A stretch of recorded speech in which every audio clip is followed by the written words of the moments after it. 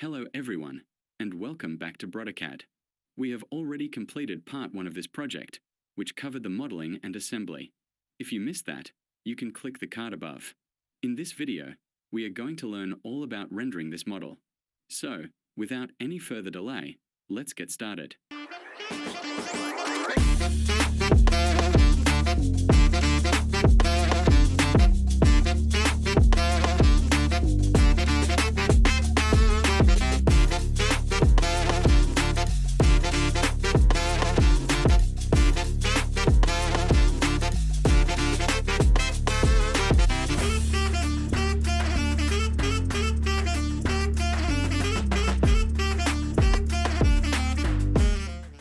To begin rendering this model in SolidWorks, we first need to enable the rendering engine.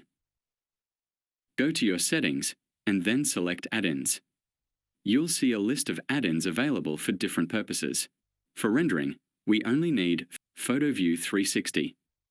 This is the render engine used by SolidWorks, and it gives decent results. Let's toggle it on. You'll also see a checkbox under Startup. If you check this, PhotoView 360 will launch every time you open SolidWorks. I won't be doing this because I typically only use rendering at the end of a project. I prefer to turn it on manually when I need it. However, if you have a powerful PC or use rendering frequently, you can go ahead and enable it. It's really a matter of personal preference. Now, click OK. You will now see a new tab in the toolbar called Render Tools. Click on it to see all the rendering options. Before we start visualizing, it's very important to configure our settings first. So, let's go to Options. In the Options menu, the first thing we need to set is the output image size. You can choose any size you want. For this example, I am choosing a length of 1280 pixels. You can see that the width automatically adjusts to maintain the aspect ratio. If you want a custom width, just uncheck the Fixed Aspect Ratio box. Now, you are able to enter the width. I am entering 720. After that, set the file format to JPEG. It's a good format that will give you a great result. While there are many formats available, JPEG works very well. Next, choose the image path where you want to save your render. I have already set it to my folder, but you can browse to any file path you want. The next section, Render Quality, is very important. There are two options, Preview Render and Final Render. In the Preview Render settings, set the render quality to Good. This is only used for previewing while we are adding materials to the model, so we don't need maximum quality. If you set the preview quality to Best or Maximum, it will make SolidWorks lag and use more power, so try to avoid that. Next, for the final render, you should set the quality to Best or Maximum. Both options will give you very similar, high-quality results. The maximum setting will take more time to render a single image. In my case, it takes around 12 minutes. The best option is to stick with Best, as it takes less time than Maximum and the quality is almost identical. For the sake of this tutorial, I am going to set it to Good. But I want to repeat, if you are creating a render for your portfolio or for a client, always stick with Best or Maximum. Let's scroll down. There are some more options here, but we don't need to worry about those right now. We will stick with the basics. Click OK. Now, let's turn on Perspective mode. Go to the View menu, hover over Display, and select Perspective. If you need to edit the perspective, you can go to View, then Modify, and choose the Perspective option. A sidebar will open where you can play with a number. I am setting the value to around 4. Feel free to play with it and find a value that you like. Before going to the appearance, let's set one more option. Go to View, then Modify, and ensure that Rotation about Scene Floor is turned on. This option makes the model rotate around a fixed point on the floor of the scene, rather than its own origin. It provides a more stable, realistic turntable-style rotation, as if the object is sitting on a surface. Okay, let's begin our rendering. First, turn on the Preview window. You can now see the rendered image of the bottle. We haven't applied any color yet, so it looks white. First, let's set the scene. Go to Scene.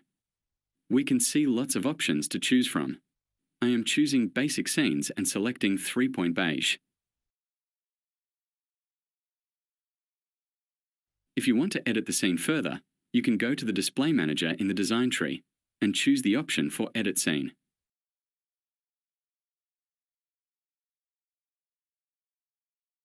Here, we can edit the background. We can change it to a solid color, a gradient, or an image. I am choosing Gradient. As you can see, the background is now black and white. I will change the black color to an orange. Okay, I actually like this. Let me try another color. Let's choose blue. It's a bit too dark, so let's stick with orange.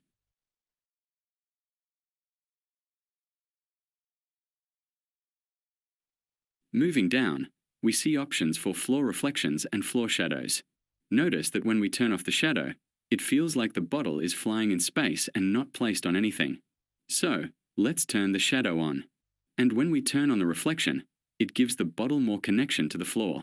You can turn this on or off according to your preference. We don't need to change the other settings, so let's stick with the defaults for now. Click OK. Now, it is time for giving the model its appearance. Go to the Appearances tab. We have tons of color and material options here. Let's select Plastic. For the bottle itself, let's select Clear Plastic, then Translucent Plastic, and apply it to the body. You can see the changes happening live in the preview window.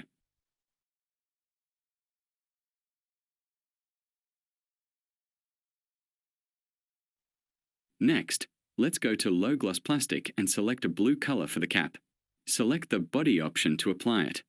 I feel like our bottle is getting some life now. We can select a white low gloss plastic and set it for the top cap. Again, select the body. If you accidentally drag a color into the empty workspace, don't worry. Just go to the Display Manager, select Appearances, and you will see all the materials that we have applied to our model. Find the shade that you dropped into the workspace, right-click, and delete it. Then you can repeat the process of dragging and dropping your preferred color. You can choose any color you wish. Do not feel you need to stick with my choices. Try to explore the various options. I know you can come up with even cooler color combinations than mine. Exploration will give you a better understanding of your skills. For now, I am not going to give any appearance to the inner components. Now, let's adjust the camera for the final render. One more thing to remember is that your screen acts as the camera. What you see in the monitor is what will be rendered. Adjust the view as you need, and when you are ready, click on Final Render.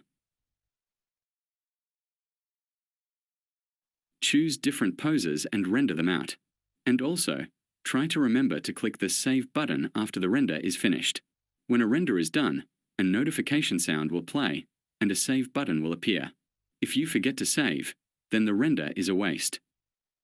So, try it yourself. These are the results I got from the SolidWorks render engine, PhotoView 360. If you want to create more realistic product visuals, you can use a program like Blender. I personally use it because it is free, and there is a large community to help when you get stuck. It helps to create stunning renders and even full animations of a product. But today, I am not going to explore Blender. Instead, I will teach you a trick to render something that looks real and high quality. For this, we are using AI. In this video, I will show you two options, ChatGPT and Gemini. Let's begin with Gemini. I have pasted the prompt describing how I wanted the image to look. I have also uploaded images of the gym bottle from different angles as a reference. Now, let's click Generate and wait. Yeah, I like this render. It is a very close match to the model we created. Now, we can paste the same prompt into ChatGPT. I will upload the same reference images of the gym bottle and click Generate. Let's wait for it to complete the image.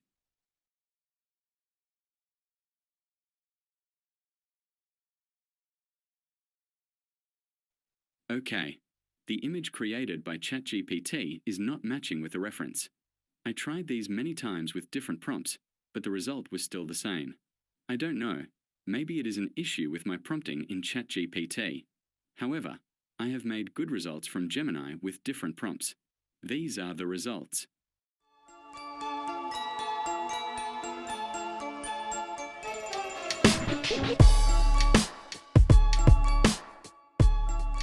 If you liked our video, please like, share, and subscribe. Ask any questions you have in the comments, and become a part of the BroderCAD community.